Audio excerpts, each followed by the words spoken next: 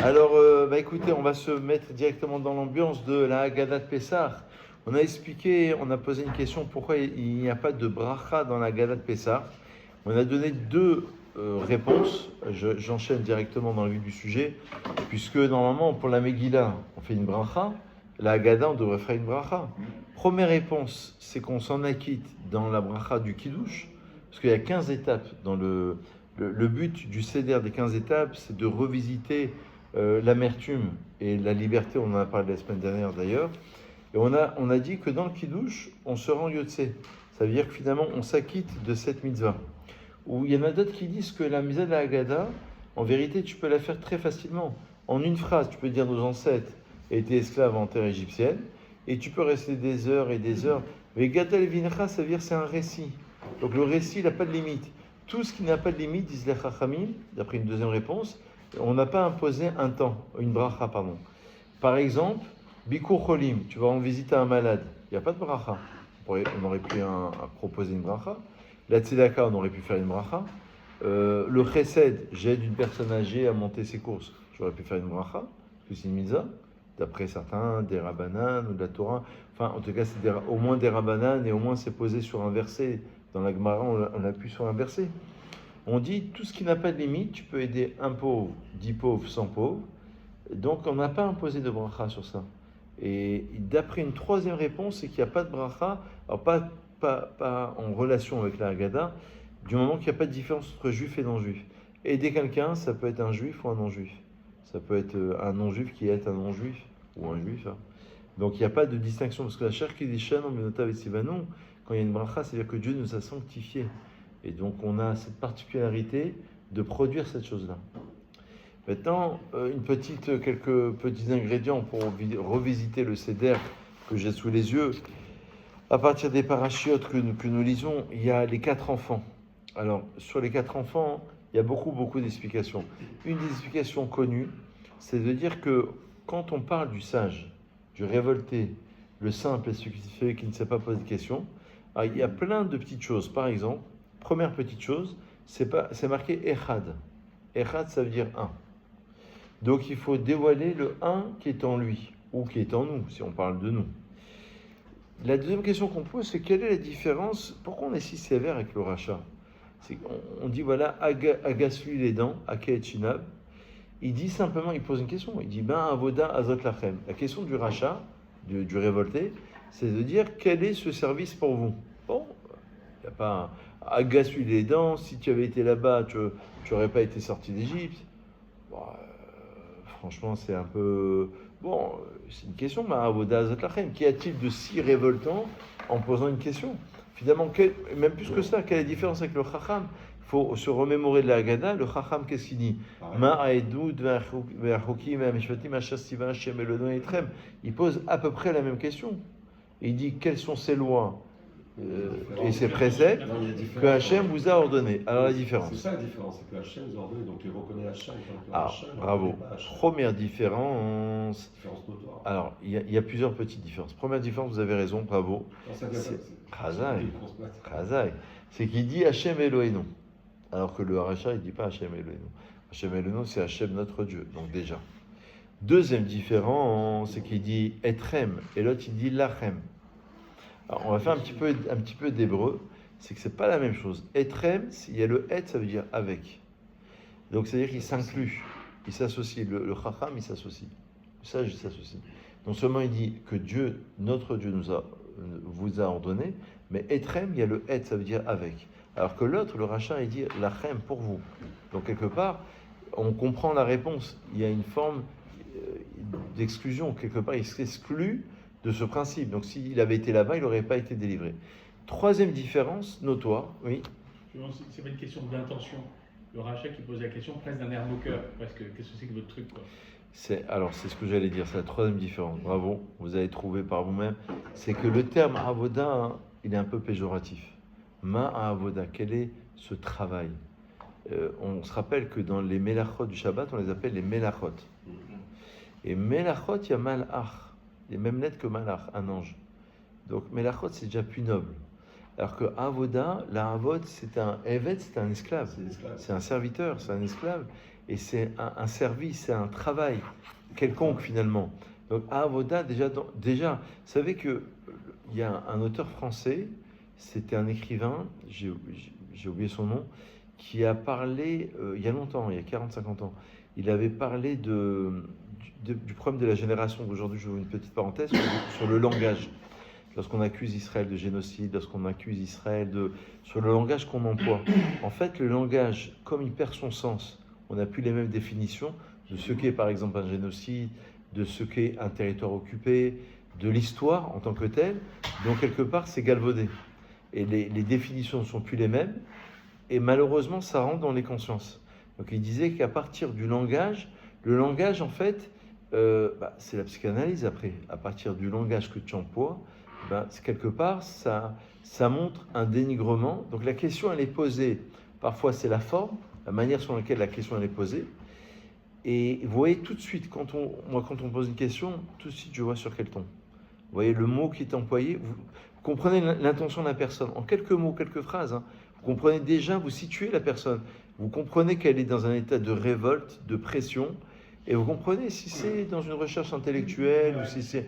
Et quand on m'interroge aussi dans la rue, parce que ça m'arrive parfois, on voit tout de suite l'intention. En quelques secondes, vous percevez l'intention.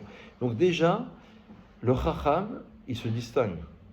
Parce qu'il dit à Edut, à Chokim, à Mishpatim, déjà, il classifie les lois. Il y a 3 formes de lois. Il y a les lois rationnelles, les lois irrationnelles, les Chokim, Chok, et il y a les lois intermédiaires, qui sont rationnelles, une fois qu'on a donné un sens. Donc déjà, il classifie. Alors que lui, le rachat, quelque part, il y a un dénigrement. Vous avez raison de le souligner. C'est Avoda, c'est-à-dire quelque part, non seulement il dit Lachem, c'est pour vous, donc il s'exclut par rapport au Etrem, il ne dit pas Hachem Eloheinu, Hachem notre Dieu, et en plus, il y a le terme de Avoda. Donc quelque part, c'est un service, c'est un travail qui est lourd à peser. Donc, Et là, Avoda du Kohen, oui. c'est pourtant, on l'appelle le service du Kohen, il n'y a pas de terme péjoratif. Ah, la Avoda de... Oui, mais ça veut... Oui, vous avez raison. Ça veut dire que la Avoda du Kohen Gadol, par exemple le jour de Kippour, Oui, par exemple. on pourrait dire peut-être qu'il y a une différence. Ça veut dire que finalement, dans ce terme-là d'Avoda, vous avez raison de le souligner. C'est-à-dire que il y a 4 mondes successifs dans la Kabbalah. Donc le terme Avoda, il renseigne au monde de le plus bas, la Asiya. Et le but du Kohen, dans ce sens-là, c'est un sens qui est positif, c'est de l'élévation. Au niveau Yetzira, Berea et Atzilut. C'est-à-dire, il monte au niveau des mondes successifs. Vous savez que dans la Kabbalah, les 4 enfants sont en rapport avec les 4 lettres du nom divin. Dans les Agadot de Kabbalah, par exemple, vous avez Yud-Ke, Vav-Ke. Vous avez les mondes successifs aussi dans la Haggadah de Pessah. Ce qui est très intéressant, moi, ce qui me frappe chaque année, je l'ai dit mardi dernier, c'est que vous faites le Hallel pendant le repas. Ah oui. Ça veut dire que vous commencez le Hallel, Ah oui. donc ce sont des prières de louange, vous interrompez le Hallel, on fait le Hallel synagogue, on ne va pas s'arrêter à faire une Seouda, un petit kidouche, une petite mirya, une petite bokha. On dirait le rabbin, il est parti un peu en live, là, il s'arrête en pleine prière. Là, on arrête, quelque part, alors ça rejoint votre réponse, on prend le repas, on l'élève au niveau spirituel, et on voit que les 4 verres de vin, les 4 enfants, ce sont 4 mondes successifs. Et c'est 4 élévations, 4 parties dans la Haggadah aussi, essentiellement. Il y a 15 étapes, mais divisées en 4 parties. Et on voit, j'ai lu le nom du Or HaChaim HaKadosh, là, il fait un diouk, une déduction intéressante, parce que dans la Haggadah, pour le rachat, qu'est-ce qu'on lui répond? On lui dit, alors, on va revenir à la réponse du Chacham, qui est une question. On va poser une question. Déjà, je commence par le rachat, par le deuxième enfant, le révolté. On lui dit, écoute, Elo Hayasham, Lo Hayanigal. S'il avait été là-bas, sous-entendu, en Égypte, il n'aurait pas été délivré. Et le Or HaChaim HaKadosh, il déduit, il dit, Elo Hayasham, c'est uniquement avant Matan Torah. S'il avait été là-bas, ça veut dire en Égypte, ça veut dire avant Matan Torah, avant qu'on ait reçu la Torah. Mais maintenant, M. Attal, qu'il a reçu la Torah, il aurait été forcément délivré. Alors, on peut le comprendre. Ce que je veux vous dire, c'est qu'on peut quand vous le voyez en traduction française, c'est dans le sens péjoratif. Ah, tu as été là-bas, tu n'aurais pas été délivré. Mais lui, Or Chaim Akadosh, même le rabbi, il reprend ça, le rabbi Lubavitch, il reprend la même idée, certainement au nom du Or Chaim Akadosh, et il dit s'il avait été là-bas. C'est très chassidique comme idée. C'est-à-dire c'est une idée où c'était avant Matan Torah. Mais maintenant qu'on a reçu la Torah, comme si que tu disais, tout le peuple, toutes les âmes ont reçu la Torah et ont participé à cette révélation de la Torah. Donc, on a été imprégné de quelque chose. Comme si, voilà, dans votre vie, vous avez rencontré un grand Talmid Chacham. Moi, j'ai eu la chance de voir le Yenouka il n'y a pas longtemps. Il se passe quelque chose. Alors, des fois, on n'a pas l'impression, mais vous avez la chance d'assister à un événement qui va transformer votre vie. Et ça transcende le temps. C'est-à-dire l'âme du juif, c'est pour ça que c'est Chelek Elokai Mimal, il en a parlé tout à l'heure. C'est-à-dire une âme divine qui est en nous. Il a bien raison de souligner qu'il n'y a pas de petits juifs et de grands juifs. Il n'y a pas de petites synagogues et de grandes synagogues. Il n'y a pas de petites communautés et de grandes communautés. En fait, il y a un juif avec un grand J. Il n'y a pas de petit, il n'y a pas un juif de Kippour. Non, il n'y a pas ça en vérité fondamentalement, parce que il est attaché. Simplement, il n'a pas encore révélé ce point d'attache. Donc, du moment qu'on a reçu la Torah, et forcément, on est délivré. J'ai vu un autre diouk que je voudrais vous faire partager qui est intéressant. C'est qu'il y a un... Alors, on fait un peu d'hébreu ce soir. C'est intéressant, Gérard. Il faut quand même, président du groupe, quand même, des cours. L'adjoint, c'est M. Shmuel, directeur exécutif, directeur administratif et exécutif. Alors, c'est intéressant parce que j'ai vu qu'il y avait une différence, Mika, entre Géoula, qui signifie la délivrance, la rédemption, la délivrance, d'accord, et Yeshua, qui signifie aussi la délivrance et la rédemption. Vayosha Amona, Ibayom Ahul. D'accord, Hachem, il a délivré. Alors, la différence, elle est comme ça. Il y a 2-3 petites différences. Différence de définition. Géoula, c'est pour les hommes. Yeshua, c'est pour Dieu. Vayosha Hachem, pour la sortie d'Égypte, on va traverser la mer, 7e jour de Pessah, déchirure de la mer. Vayosha Hachem. Alors après, il y a des kavanot parce que Shin et Aïn, c'est 370, c'est 2 fois le Shemkel Bemilouï, ça rejoint un certain nom divin et un certain niveau de déversement. Quel, c'est au niveau, parce que vous savez que 13 midot sont en référence avec les certains points dans la barbe qui se déversent, d'où l'intérêt d'avoir un minimum de barbe, parce que dans la Kabbalah, c'est quelque part même 3 mm ou 5 mm ou un peu plus, hein. C'est quelque part, c'est une forme de sagesse, les midot qui sont renseignés sur la barbe, qui se déversent. Et donc, ça rejoint un nom divin. Mais indépendamment de cela, Yeshua, c'est vraiment au niveau de Dieu. Géoula, c'est au niveau des hommes. Sans oublier le Maharal de Prague, on avait déjà cité, qui donne la différence entre Galout et Géoula. Galout, c'est sans Aleph, c'est l'exil, et la Géoula, c'est avec un Aleph. Ce sont les mêmes lettres. Ça veut dire que ce qui fait la différence entre Galout et Géoula, c'est qu'on a amené le Aleph qui va révéler. Alors, il y a aussi autre chose. Ça, c'est la réponse qu'on donne au rachat. Donc, c'est positif, quelque part. Aket Shinav, pourquoi Agasui les dents? J'ai entendu un commentaire qui était intéressant. C'est que il y a une halakha. Alors je fais un petit chidouche ce soir, je vais me renouveler un minimum. C'est que la halakha dit comme ça. Si quelqu'un il avale, je ne sais pas comment, mais il n'a pas broyé, il n'a pas bien mâché le maror, il n'a pas fait la mitzvah. Alors concrètement, je ne sais pas exactement comment, mais la halakha dit comme ça. Belaro, s'il a ingurgité, il a juste avalé le maror, il faut que tu sentes un petit peu l'amertume. La matzah, il y a un concept aussi de bien mâcher. Il y a des kavanotes à cela. Donc quelque part, Aket Shina, ça veut dire agacer les dents. Pourquoi les dents? Pourquoi agacer les dents? Pourquoi pas? Exactement. C'est-à-dire qu'en vérité, il faut qu'ils reviennent, il faut qu'ils s'imprègnent. C'est ça, revisiter la Haggadah. Et il y a 2 visions.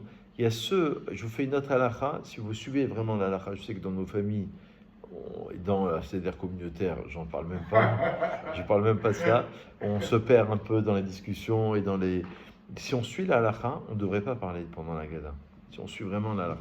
Je sais que c'est pas simple, parce que pour moi aussi, c'est pas simple, parce qu'il y a des questions. Parce que, en fait, c'est un texte, il y a même la tradition Rabbi Nachman de Breslev qui lui considère qu'il ne faut pas s'interrompre, il faut lire. Nous, Même pour des commentaires. alors, il y a une vision comme ça. Il y a une autre vision que nous on adopte, qu'on s'arrête de temps en temps, on traduit, on commande, parce que le but c'est de comprendre. Oui, Mais il y a une idée. Je voyais le Rav Morgenstein ce matin, dans ses études sur Pessah, il disait que c'est compliqué Pessah, parce que la veille, on fait beaucoup de choses, on est un peu fatigué. Deuxième soir, bon, en Israël, ils n'ont pas de deuxième soir. Oui. Mais nous, on a un deuxième soir. On s'est déjà un peu reposé, on s'est repris. Premier soir, il est compliqué parce que on a un peu couru pendant la journée, on arrive, on est un peu KO. Mais il dit en vérité, le but de la Gadat Pessah, c'est justement quelque part de faire les choses simplement pour se rattacher, pour revisiter.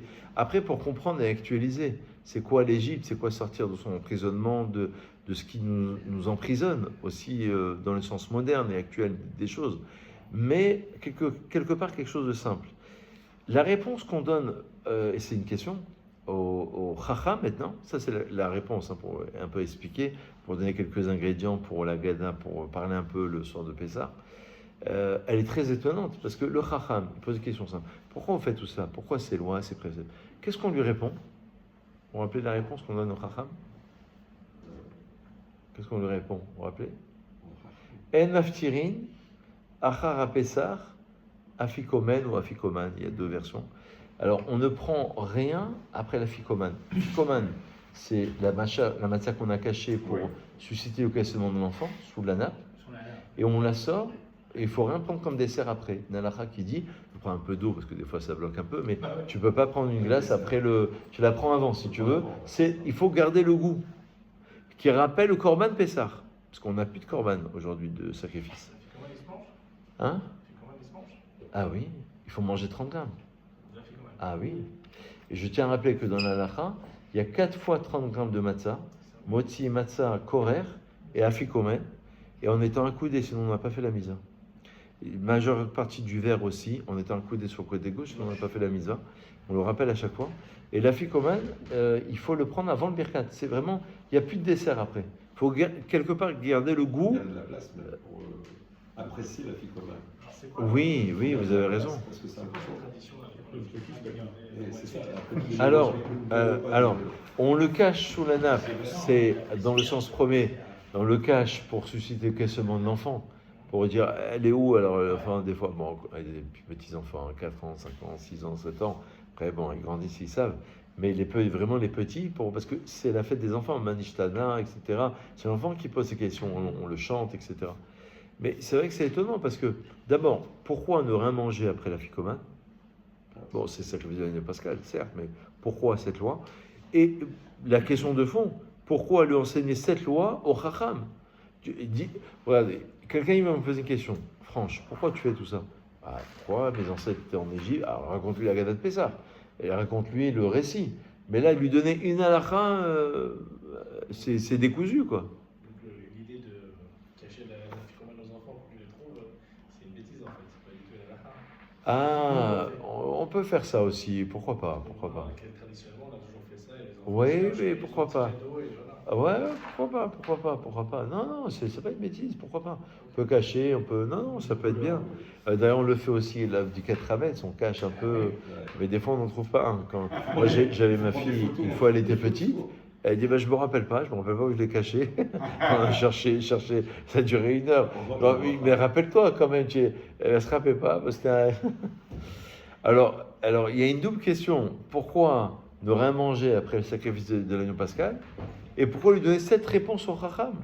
C'est quand même une halakha décousue, précise, quoi. Bon, intéressante peut-être, mais on ne voit pas, si quelqu'un te pose la question, tu ne vas pas lui dire, après la ficomène, il y a une halakha qu'il ne faut rien manger. Bon, d'accord, mais tu ne m'as rien expliqué avec ça. Alors, déjà pour comprendre, on va le faire en 2 temps. Alors, je vous donne un peu de matière à réfléchir ce soir. Premier temps, c'est que j'avais vu il y a longtemps un commentaire qui disait que la nuit, c'est l'exil. Vous savez, pendant la nuit, des fois, c'est pour ça qu'on fait Shema Israël avant d'aller dormir. Des fois, on a des cauchemars, on a des angoisses, Il y avait une chanson sur ça, je ne me rappelle plus de la chanson, qui parlait de ce qu'on pense, je ne me rappelle plus de la chanson, mais une vieille chanson, qui parlait de cela, de ce qu'on pense pendant la nuit, et parfois il y a des idées qui reviennent, il y a des regrets, il y a plein de choses. Et la Gemara, c'est marrant parce qu'elle parle de cela dans la première page de Gemara dans Brachot, elle parle des 3 parties de la nuit. J'avais lu que le Rav Kook, il enseignait que les 3 parties de la nuit, l'âne ibré, que grosso modo c'est avant minuit, comme si tu disais de 9h du soir avant minuit, de minuit à 3h du matin et grosso modo 3h à 6h du matin. Deuxième partie de la nuit, c'est le chien qui aboie. Troisième partie de la nuit, c'est c'est le bébé qui tète du sein de sa mère. Et le Rav Kook, il disait que ça fait allusion aux 3 parties de l'exil. L'âne, c'est le côté de la matière, parce que Chamor, c'est Chomer, Chamor, c'est l'âne, n'est-ce pas? Et Chomer, c'est la matière. Le Kelev, le chien qui aboie, excusez-moi le terme, mais on dit le chien aboie et la caravane passe, c'est-à-dire c'est les nations qui ont voulu nous asservir. La nuit, c'est l'exil. C'est toutes les périodes d'exil et de torpeur, d'obscurité, de difficulté. Donc c'est la nuit. Et le bébé qui tète du sein de sa mère, c'est Israël qui retrouve sa mère, la Shrina, la présence divine. Il disait comme ça.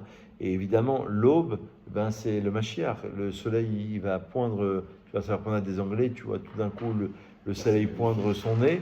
Et c'est très beau. Et ça, c'est la Géoula. On attend que la Géoula elle arrive d'un instant à l'autre, ça va venir. Et là, on dit, en Israël, ils disent qu'on est une période très très propice. Chalamoed Pessah, Bet Hamikdash, et les 7 jours. Il y a un commentaire qui dit comme ça que les 7 jours après Pessah, ça sera les 7 jours de réjouissance pour la construction de Bet Hamikdash. C'est-à-dire qu'on ne fait pas Tachanim tout le mois de Nissan. Au début, c'était les Nessim qui ont approché le sacrifice pour l'inauguration du Mishkan, fête de Pessah. Et en vérité, la fin de Pessah, du 23 au 30 Nissan, c'est les 7 jours de réjouissance. Que Benissan Nigalou, Benissan Antini Nigaël, la Gemara dit qu'à Nissan on a été délivré, et c'est un moment qui est très propice pour la Géoula. Et il y a beaucoup d'idées. Mais ce que j'ai lu dans le Rav Morgenstein, c'est qu'il disait qu'en vérité, il faut faire quelque chose de simple. Ça veut dire que c'est la Gala de Pessah. Maintenant, garder le goût du Korban Pessah, c'est tu gardes le goût de la mitzvah pendant toute la nuit de la galoute. Ça veut dire que qu'est-ce qui va t'entretenir, c'est très profond, pendant la galoute de l'exil, pendant la nuit de Pessah, c'est la mitzvah. On était en Ukraine, en Pologne, au Maroc, en Espagne. Là, on est passé, il y a eu des catastrophes, des expulsions de Juifs. Qu'est-ce qui nous a entretenu? C'est la Torah. Il n'y avait pas d'Israël, il n'y avait pas le même langage, le même pays, la même tradition, les mêmes cultures. C'est la Torah qui nous a entretenus. Et c'est la mitzvah. Donc ça, c'est pour comprendre le principe de cette mitzvah. Donc c'est une grande mitzvah. Et c'est ce qu'on veut dire au sage. Que le sage, il dit, mais c'est quoi tout ça? On lui répond, on lui dit, non. C'est quoi tout ça?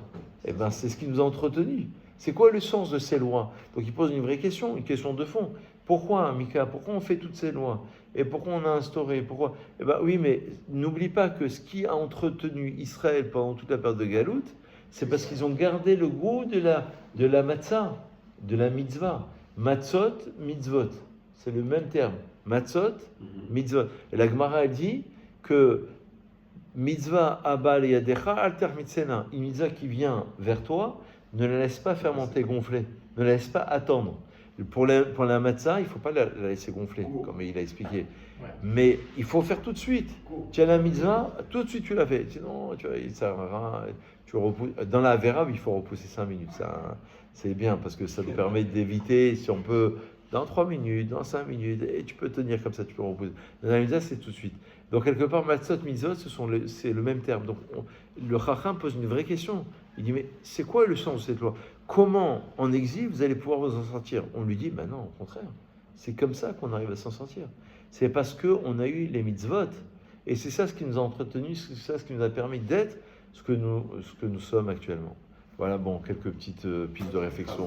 Razak ou Baron. Je tiens